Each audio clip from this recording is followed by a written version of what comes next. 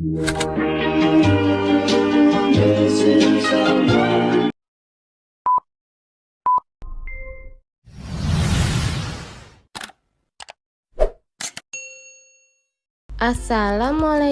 warahmatullahi wabarakatuh. Bertemu lagi di pelajaran Pendidikan Agama Islam dan Budi Pekerti kelas 4. Sebelum mulai belajar, mari kita baca doa sebelum belajar. Bismillahirrohmanirrohim. Rabbi zidni ilman warzuqni fahman. Hari ini kita masuk pelajaran 10 tentang kisah keteladanan Wali Songo. Selamat menyimak. Kemarin kita sudah membahas tentang siapakah Wali Songo itu.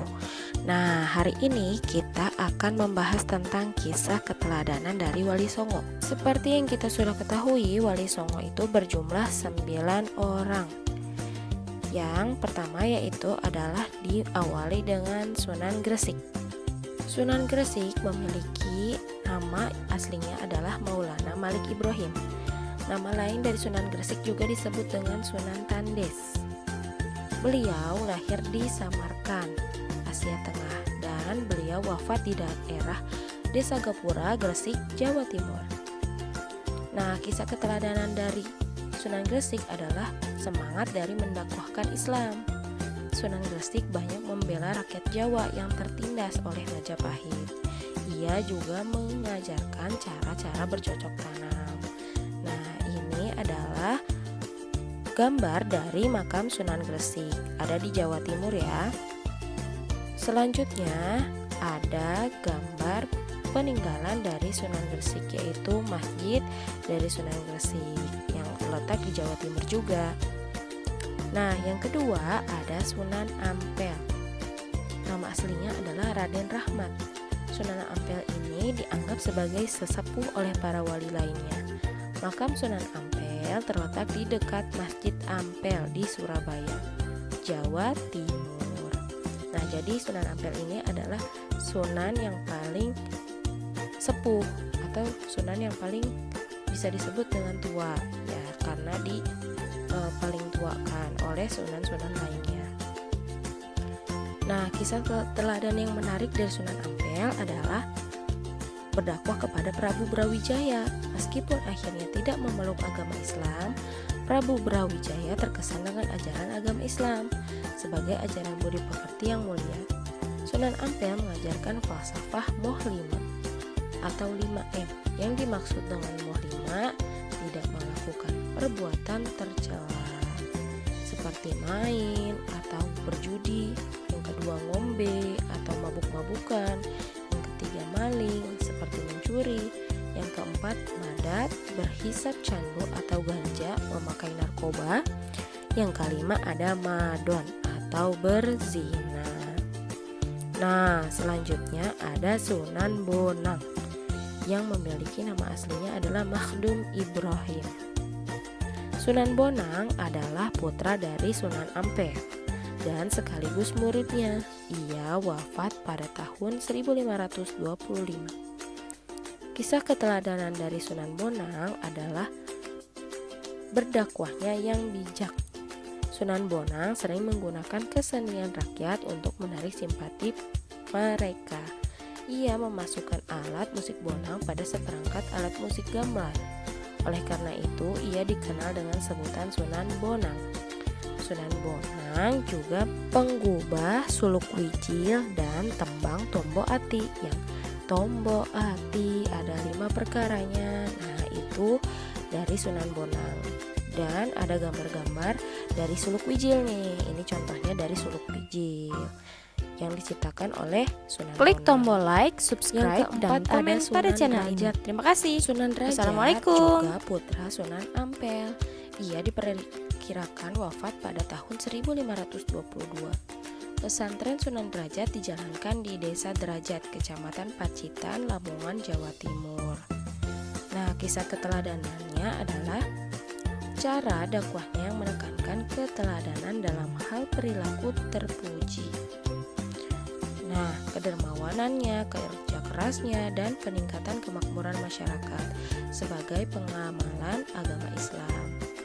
Sunan Raja juga berdakwah melalui kesenian, yaitu tembang marcapat pungkur, disebut juga sebagai ciptaannya. Selanjutnya yang kelima ada Sunan Kudus. Sunan Kudus adalah putra Sunan Ngudung atau Raden Usman Haji. Ia memiliki peran yang besar dalam pemerintahan Kesultanan Demak. Ia menduduki posisi sebagai Panglima Perang, penasehat Sultan Demak, dan Hakim Peradilan Negara. Sunan Kudus banyak berdakwah di kalangan kaum penguasa dan priai Jawa. Di antara yang pernah menjadi muridnya adalah Sunan Prawata, penguasa Demak ini, dan Arya Penangsang Adipati Jipang Panolar. Salah satu peninggalannya yang terkenal adalah Masjid Menara Kudus. Nah, ini adalah gambar dari Masjid Menara Kudus. Nah, Sunan Kudus ini wafat pada tahun 1550. Yang keenam ada Sunan Giri. Sunan Giri adalah putra Maulana Ishak. Ia termasuk murid Sunan Ampel dan seperguruan dengan Sunan Bonang. Salah satu keturunannya adalah Sunan Giri Prapen yang menyebarkan agama Islam ke wilayah Lombok dan Bima.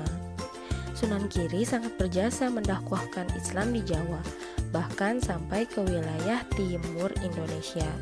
Ia pernah menjadi hakim dalam perkara Syekh Siti Jenar. Ia pun juga berdakwah melalui kesenian tembang Islami untuk dolanan anak-anak diciptakannya, seperti jamuran, jitungan, dan delikan. Ini adalah gambar dari makam Sunan Prapen atau Sunan Giri Prapen. Nah, setelah 6 sunan yang kita ketahui, banyak sunan yang menggunakan dakwahnya dengan cara melalui kesenian. Selanjutnya ada Sunan Kalijaga atau Raden Said. Sunan Kalijaga adalah putra Adipati Tuban yang bernama Tumenggung Wilak Tikta atau Raden Sahur atau Sayyid Ahmad bin Masur, Syekh Subakir. Ia adalah murid Sunan Bonang. Sunan Kalijaga juga menggunakan kesenian dan kebudayaan sebagai sarana untuk berdakwah. Contohnya seperti wayang kulit dan tembang suluk. Nah, ini ada gambar dari wayang kulit.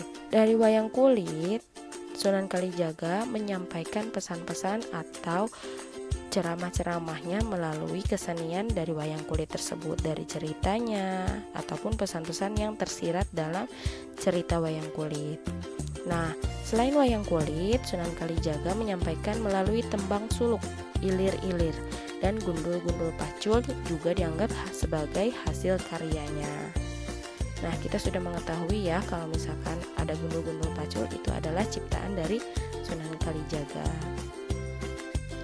Yang kedelapan ada Sunan Muria atau Raden Umar Said. Sunan Muria adalah putra dari Sunan Kalijaga. Ia adalah adik ipar Sunan Kudus. Tempat tinggalnya di Gunung Muria yang letaknya di sebelah utara kota Kudus, Jawa Tengah. Seperti ayahnya Sunan Kalijaga, ia berdakwah dengan cara lembut, kesenian, gamelan, dan wayang tetap digunakan sebagai alat berdakwah. Sunan Muria menciptakan tembang sinom dan kinanti. Sasaran dakwahnya adalah pedagang, nelayan, pelaut, dan rakyat jelata. Nah, yang terakhir ada Sunan Gunung Jati atau nama aslinya adalah Syarif Hidayatullah. Sunan Gunung Jati atau Syarif Hidayatullah adalah putra Syarif Abdullah Umdatuddin. Ia berjasa mengembangkan Cirebon sebagai pusat dakwah dan pemerintahan yang kemudian menjadi Kesultanan Cirebon sampai sekarang. Anaknya yang bernama Maulana Hasanuddin juga berhasil mengembangkan kekuasaan dan menyebarkan agama Islam di Banten, sehingga kemudian menjadi Kesultanan Banten. Sunan Gunung Jati memberikan keteladanan yang baik dalam bekerja. Ia sering ikut bermusyawarah dengan para wali lainnya di Masjid Demak. Pada pembangunan Masjid Agung Sang Cipta Rasa pada tahun 1480, Sunan Gunung Jati melibatkan banyak pihak, termasuk para wali lainnya dan sejumlah tenaga ahli yang dikirim oleh Raden Patah. Alhamdulillah, pembelajaran hari ini telah selesai. Tugas hari ini adalah menjawab soal yang ada pada buku tulis agama ya.